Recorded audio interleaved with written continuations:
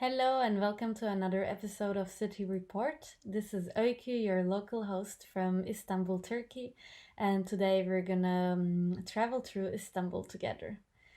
Let's first see Turkey on the map, and you can have an idea of where to locate it and how cultures here are affected geographically, because our geopolitical position gave us a lot of cultural impact. It is located between Asia and Europe and even Africa maybe, and it is sitting on the ancient trade routes of Silk Road and Spice Road. And we also had a lot of sea travel, naval travel, air travel in the modern times, and a lot of travel through land. So as you know, when there is trade, there is a lot of cultural merging. Different cultures bring different goods to your land, and they also bring their behavior. So Turkey is a place where so many different cultures come together, and we call it a mosaic of different cultures because we know that so many ancient cultures have lived on this land for thousands of years. Even in Istanbul, cave has just been found to have 400,000 years of history, of human history. So it is very interesting to me because now it is a city of 17 million skyscrapers, very modern, but you can trace human history 400,000 years in Istanbul and around Turkey in general. Usually, when people think of this land, they don't really think about the sea or the mountain view or the ancient cultures that has been living here. But it is a very rich country with culture, food, landscape, art, anything you can find. Today we're only doing Istanbul, so let's jump to Istanbul and have a tour of this big city together. I'm very happy, especially to host you on City Report right now, because usually when my friends come over to Istanbul, they find it very chaotic and they don't really understand where it starts and where it ends. So I'm happy to show you different gems and local sites from the city. There is this saying that they call it chaos, we call it home. And I totally agree. There is this orderly chaos going on in my city, in my hometown. And although we're used to it, people who travel through it sometimes don't really understand how to do things right. So it is always good to have a local person help you out.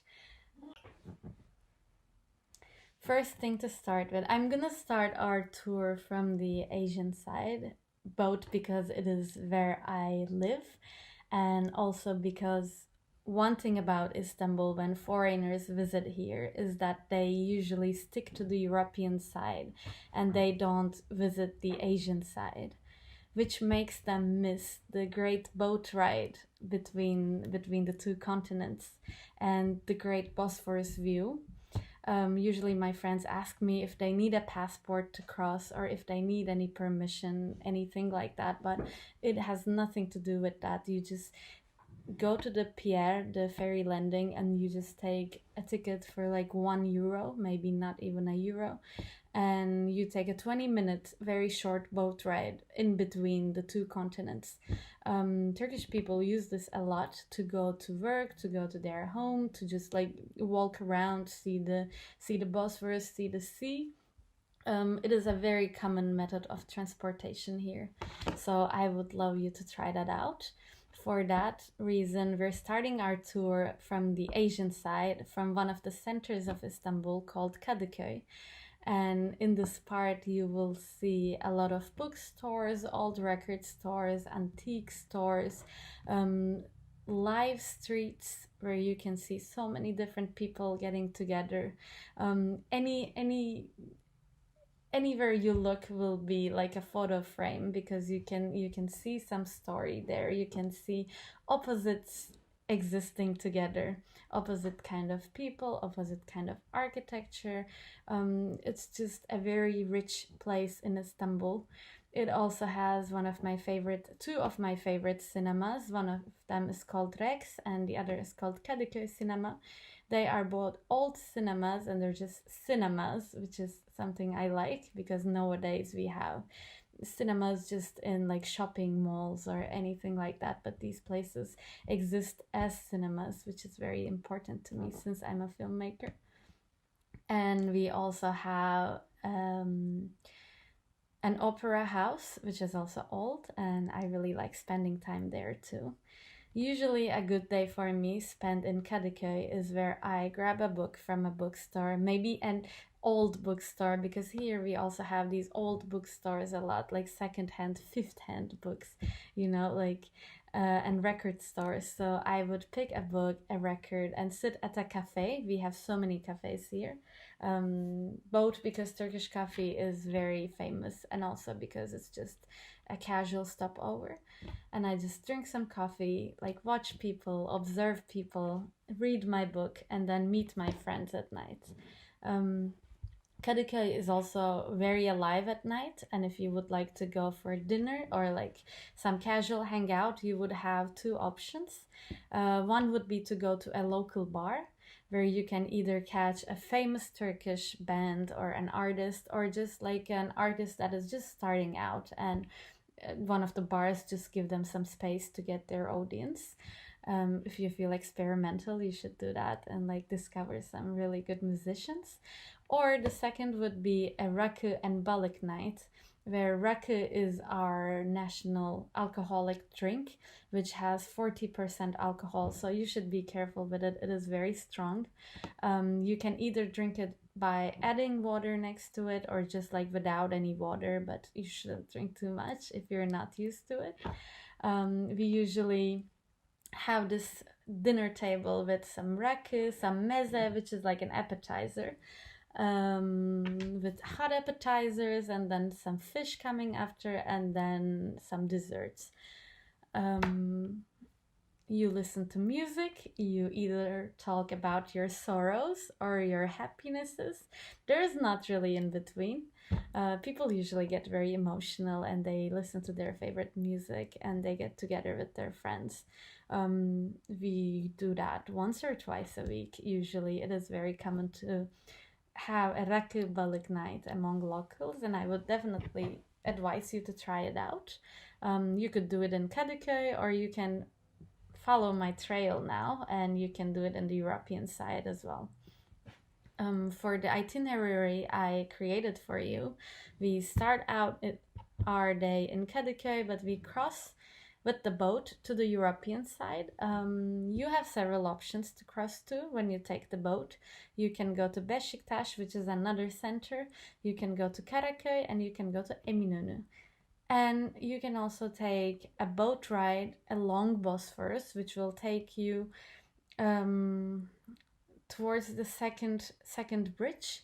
There are 3 bridges in Istanbul, and this will take you up to the second bridge, and this will show you the whole coast of Bosphorus with very old mansions, villas, old Ottoman palaces, because as you know that Turkey is the modern version of Ottoman Empire. When Ottoman Empire collapsed, the modern Turkey has been born after several wars, after the First World War. So here you will see so many of the Ottoman palaces as well. If you have some time, this is a touristic thing to do, but you can take that boat and you can enjoy the Bosphorus view for an hour. You will like it. If you don't, I advise you to go to the ferry landing and take just like a €1 ticket and cross from the Asian side to the European side. We are going from Kadıköy to Karaköy, which is another local center where people hang out a lot. But when people come to Istanbul, they obviously prioritize the historical part of the city, the historical island. And you should definitely do that. I'm not talking about it here because this is a locals guide and I don't want to tell you what everybody else tells you. But if you, let's make a small parenthesis for the ancient sites. If you would like to see them, you should take the boat from Kadıköy to Eminönü. Eminönü is the place where you will see all these historical places. First one is Ayasofya, which is both a church and a mosque, and later it became a museum. When you enter, you will see Muslim symbols coexisting with Christian symbols. And I think this is a very impressive part of the city because it shows that two different, very opposite or very similar cultures, however you call it, can exist peacefully together. And this is very important to me. Right in front of it, you will see Blue Mosque, which people know a lot as the symbol of Istanbul. But as I told you, there are so many things going on in Istanbul to call it a symbol. The third would be the Topkapı Palace, which is one of the biggest palaces of Ottoman history. You can see old harem buildings, old Ottoman rooms. It is very rich, very alive, and you will like it. There is a park around it too, so you can have some nature with you. When you follow that trail, you will get to the archaeology museum, and that place is also very, very rich since Turkey has a lot of rich ancient history. So I definitely recommend you to check that out as well. Don't let it slip.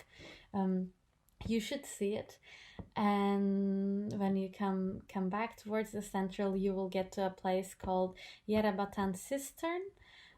Sometimes tour programs don't put that in their tours, or tourists sometimes miss it because it is located below the ground. Like, it is an underground cistern where the water storage of the old city was located. So it is very interesting. And there is a Medusa statue on one of the pillars holding the cistern right below the city.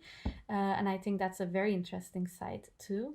Next to the cistern, there is a thing called the Million Stone, and it is also a little invisible, like you have to pay attention to see it.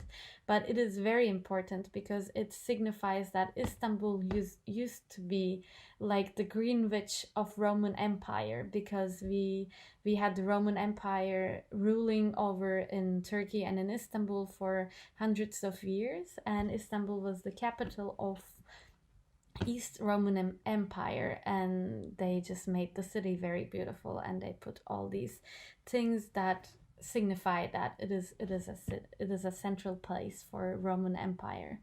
If you walk around, you will see so many different artifacts, ancient sites. So Eminönü and the historical part is a must see. But let's move on and let's get off from this boat ride in Karaköy.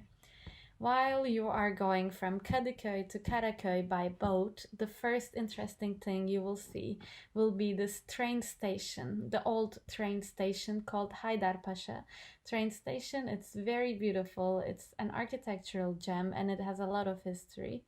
And then you should order some Turkish tea, by the way. Once you're on the boat, you can also go for Turkish coffee, anything you like.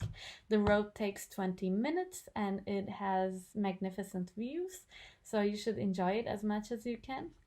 We also have this thing called simit, which people eat themselves and feed the seagulls together. So you should definitely try that out. Seagulls love people in Istanbul. They are very friendly, so you should try that.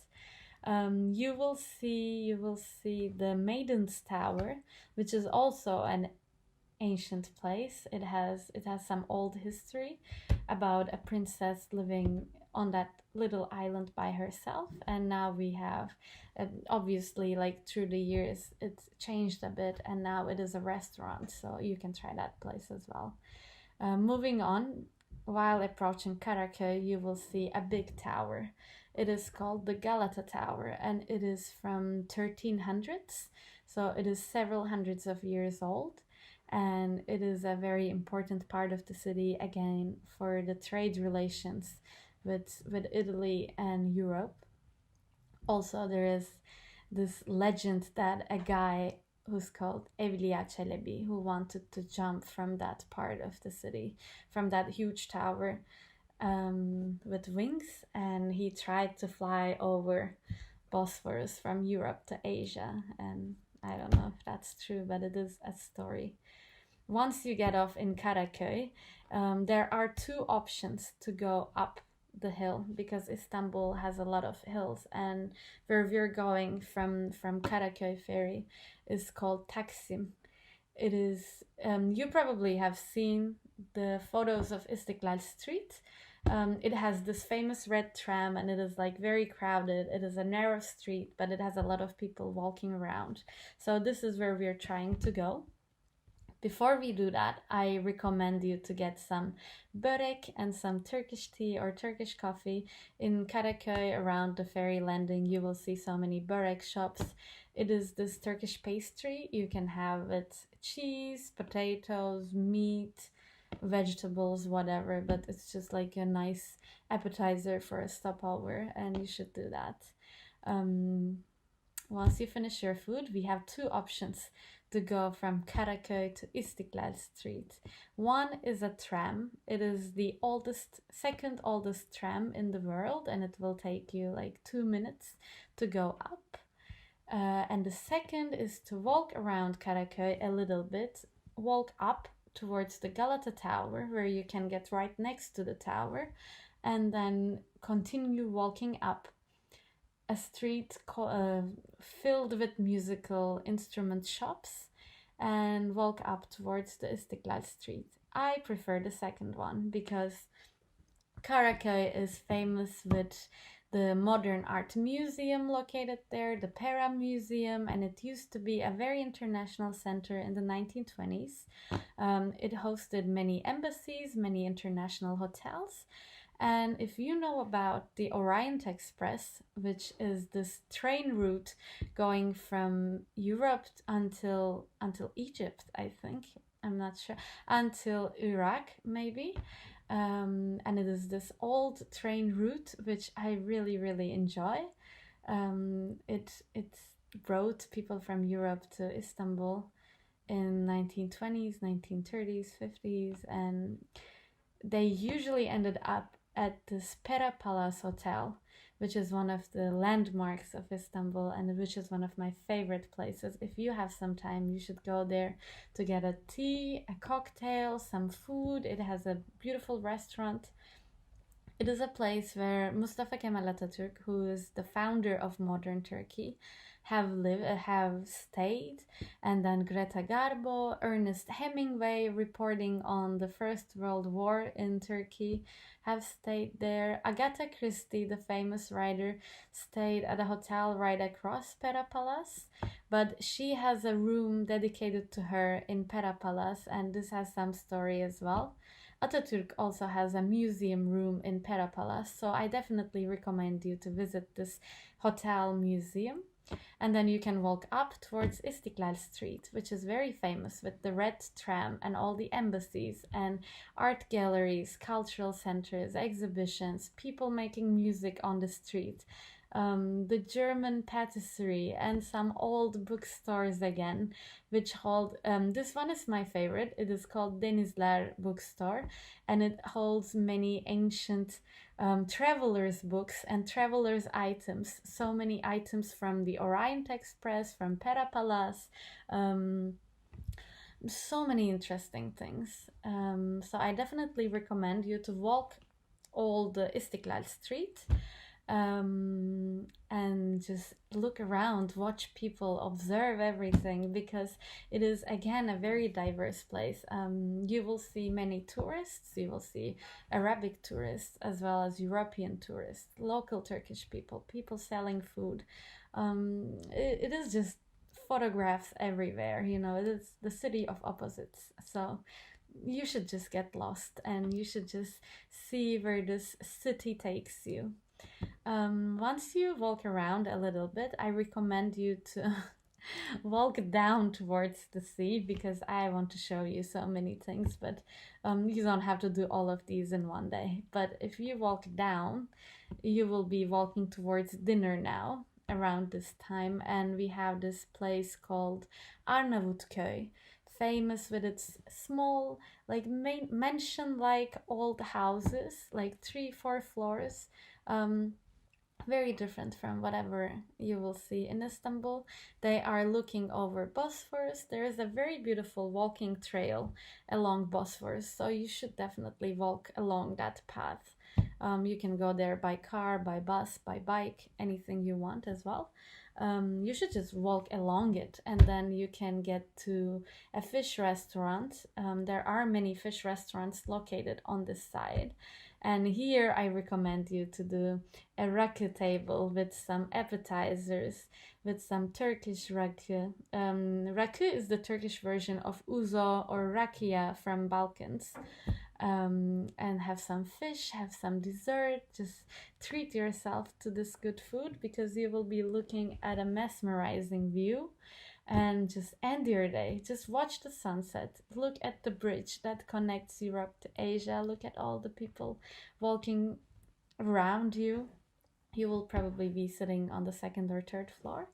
And you can just watch everything, like small fishermen fishing, or like big vessels going from, you know, China to Brazil, crossing Bosphorus. There is a lot to gaze upon and enjoy food while you do that. So I hope you enjoy my city, and I hope you enjoy walking around. If you need anything else or if you have further questions, please write it below. And I wish you a great day.